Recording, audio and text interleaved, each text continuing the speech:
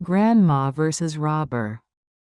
An old lady went out shopping last Tuesday.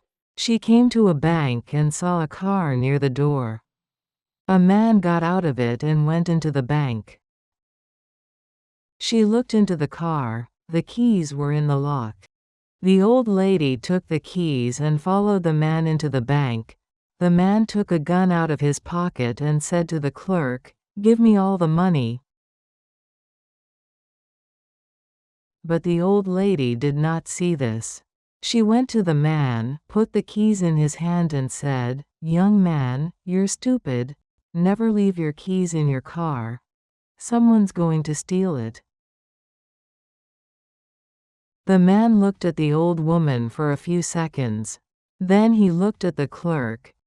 And then he took his keys, ran out of the bank, got into his car and drove away quickly, without any money.